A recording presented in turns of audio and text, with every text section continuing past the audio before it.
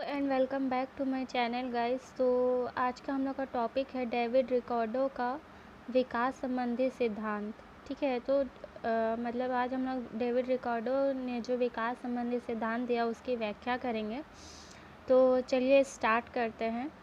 रिकार्डो भी Adam Smith के काल के प्रतिष्ठित अर्थशास्त्री है। इनका जन्म 1772 ईस्वी में हुआ था।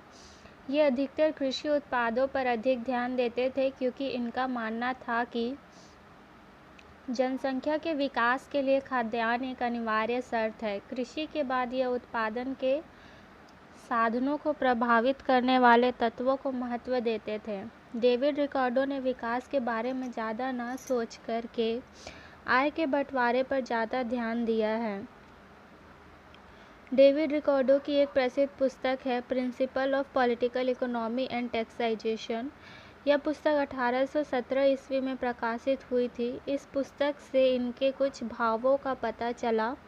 इससे पता चला कि वे विकास पर ध्यान न देकर के कृषि पर अधिक ध्यान दिए तथा विदेशी व्यापार पर अधिक बल दिए। डेविड रिकार्डो का यह सिद्धांत कुछ मान्यताओं पर आधारित है जो कि निम्नलिखित है। पहला है, ये केवल एक ही कृषि आधारित उत्पाद को लेकर चलते हैं जो कि कॉर्न का उत्पादन है। दूसरा है, अनाज की मांग पूर्णतः बेरोजगार है। तीसरा है, पूर्ति स्थिर है। चौथा है, तकनीकी ज्ञान की अवस्था दी हुई है। पांचवा है, सीमांत उपयोगिता हास नियम लागू होता है। छठा है, मजदूरों को श्रम के बदले में पारिश्रमिक दिया जाता है।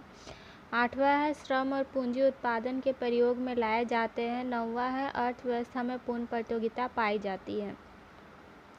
उपरोक्त मान्यता के आधार पर रिकार्डो का मुख्य विचार जो है वो कुछ बिंदुओं के अंतर्गत हम लोग समझ सकते हैं। तो चलिए देखते हैं। पहला है, लगान मजदूरी से जुड़ी समस्याओं का विभाजन। रिकार्डो का मानना था कि पूर्ण अर्थव्यवस्था में 3 ही तत्व हैं। पहला है भूमि, दूसरा है मालिक और तीसरा है श्रमिक। ठीक है, और भूमि का मालिक, पहला है भूमि का मालिक, दूसरा है श्रमिक और तीसरा है पूंजीपति। ठीक है, पूंजीपति जिसको फ़ायदा मिलता है। कुल उत्पादन से आय का विभाजन कैसे होना चाहिए इसको इन्होंने बताया है। इनके अनुसार श्रम की प्रति इकाई लगान की मात्रा, कीमत और सीमांत उत्पादन का अंतर होती है। कुल लगान की मात्रा इक्वल टू श्रम की औसत एवं सीमांत उत्पादकता गुने भूमि पर प्रयुक्त श्रम एवं पूंजी की मात्रा के बीच का अंतर होती है। मजदूरी दर का निर्धारण मजदूरी कोष प्लस निर्वाह स्तर पर नियुक्त श्रमिकों की संख्या द्वारा होता है। रिकार्डो का मानना था कि कुल उत्पादन में लगान जो है वो बहुत ही महत्वपूर्ण है, इसलिए इसे पहले स्थान पर रखा गया है। अर्थात कुल उत्पादन से होने वाले लाभ से पहले भूमि का लगान दिया जाता है, उसके बाद श्रमिकों को उनके द्वारा किए गए कार्य के बदले पारिश्रमिक दिया जाता है, यानी कि वेतन दिया जाता है।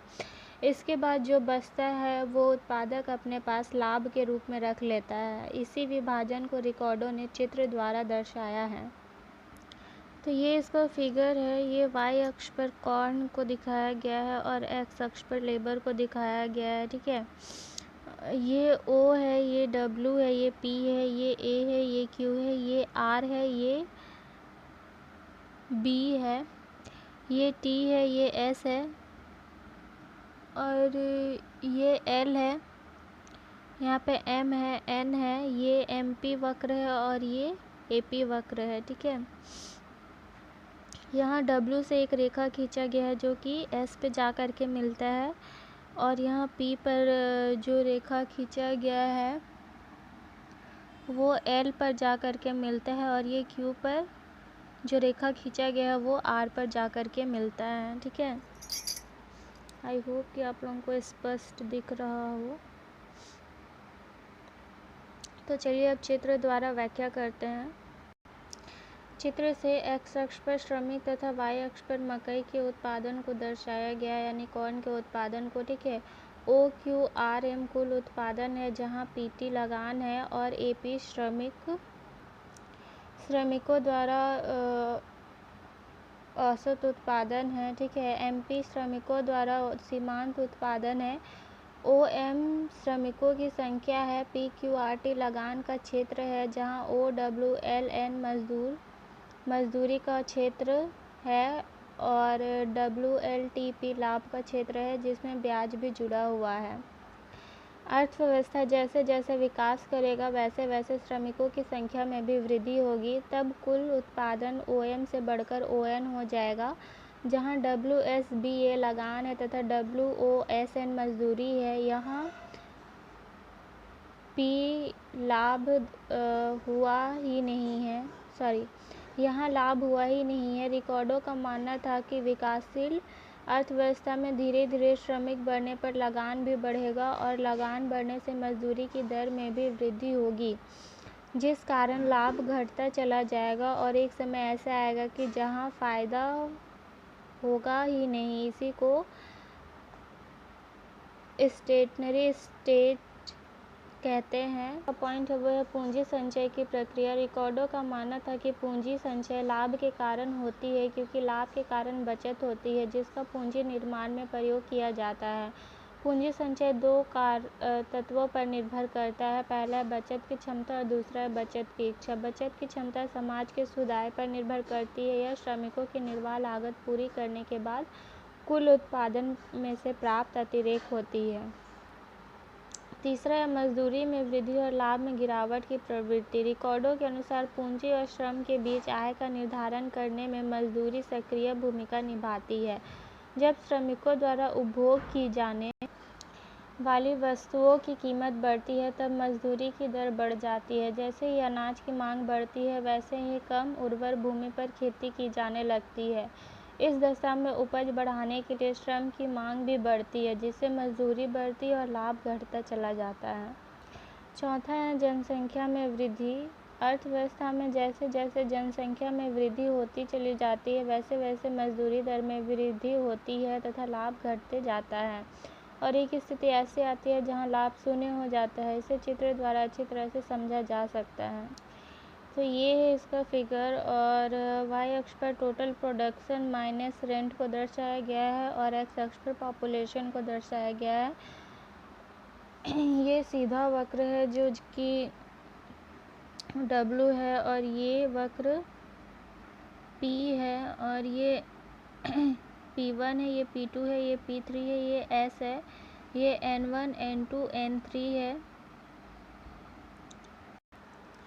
चित्र से एक्स अक्ष पर पॉपुलेशन तथा वाई अक्ष पर टोटल प्रोडक्ट माइनस रेंट को दर्शाया गया है। ओपी उत्पादन फलन वक्र है। चित्र से स्पष्ट होता है कि जैसे जैसे जनसंख्या में वृद्धि होती है, वैसे वैसे ओपी वक्र घटता जाता है। सीमांत उपयोगिता ह्रास नियम के कारण यह ऐसा होता है। OW वास्तविक मजदूरी दर है जो कि स्थिर है। जब जनसंख्या N1 ON2 ON3 है तो वास्तविक मजदूरी दर WN1 W2 N2 तथा W3 N3 है। जब वास्तविक मजदूरी N1 W1 होती है तो P1 W1 उत्पादन का कुल लाभ है। चित्र से स्पष्ट है कि जैसे जैसे जनसंख्या में वृद्धि हो रही है, वैसे वैसे मजदूरी में भी वृद्धि हो रही है तथा लाभ कम होते जा रहा है और अंत में एस बिंदु पर आकर लाभ शून्य हो जाता है, जो कि स्टेशनरी स्टेज की स्थिति को दर्शाता है। हर सिद्धांत की तरह इस सिद्धांत की भी कुछ आलोचनाएं हैं जो कि निम्नलिखित हैं। पहला है तकनीकी प्रभाव की उपेक्षा। रिकॉर्डों ने अपने सिद्धांत में तकनीकी प्रभाव को कोई महत्व नहीं दिया है। कोई भी क्षेत्र, चाहे वह कृषि से संबंधित हो या उद्योगों से, हर क्षेत्र में तकनीकी का इस्तेमाल होता ही है, पर रिकॉर्डों ने इस पर कोई ध्यान नहीं दिया है। दूसरा स्थैतिक अवस्था। रिकॉर्डों की यह मान्यता गलत है कि अर्थव्यवस्था स्वतः ही स्थैतिक अवस्था में पहुंच जाती है। स्टेशनरी स्टेज को ही स्थैतिक अवस्था कहा गया है, ठीक है। उत्पादन के सीमित साधन। इन्होंने उत्पादन के साधनों को सीमित मान लिया है। इन्होंने बताया है कि अर्थव्यवस्था जो है वो सिर्फ मकई का उत्पादन कर रहा है, जो कि गलत है। उत्पादन के अनेक साधन हैं तथा मकई के अलावा और भी कई चीज़ों की खेती की जाती है। उद्यमी की अवहेलना। इन्होंने अपने सिद्धांत में उद्यमी को कहीं भी स्थान प्रदान नहीं किया है। इनका मानना है कि अर्थव्यवस्था में केवल 3 ही तत्व भूमि, श्रमिक और पूंजी है जो कि उत्पादन को प्रभावित करते हैं, परंतु इन सब के प्रबंध में उद्यमी महत्वपूर्ण भूमिका निभाता है, परंतु रिकार्डो ने उद्यमी को अपने सिद्धांत में शामिल नहीं किया है। स्थैतिक मॉडल। रिकार्डो ने अपने विकास मॉडल में आर्थिक विकास की व्यवस्था स्थैतिक दशाओं के अंतर्गत की है, जबकि आर्थिक विकास का संबंध प्रावैगिक दशाओं से होता है। इतनी आलोचनाओं के बावजूद भी रिकार्डो के इस सिद्धांत को एक अलग ही स्थान प्रदान किया गया है, क्योंकि इससे आर्थिक विकास को अध्ययन में सहायता मिलती है। आज का टॉपिक यहीं पे समाप्त होता है। मैंने यहाँ पे ज़्यादा एक्सप्लेन नहीं किया है क्योंकि इसे मैंने बहुत ही सिंपल भाषा में लिखा है। तो आशा करती हूँ आपको समझ में आ जाएगा, और जहाँ पे समझ में ना आए कमेंट कर दें, मैं आपको बता दूँगी। तो मिलते हैं फिर नेक्स्ट वीडियो में नेक्स्ट टॉपिक के साथ। अगर वीडियो पसंद आई हो तो लाइक, शेयर एंड सब्सक्राइब ज़रूर करें। Thanks for watching.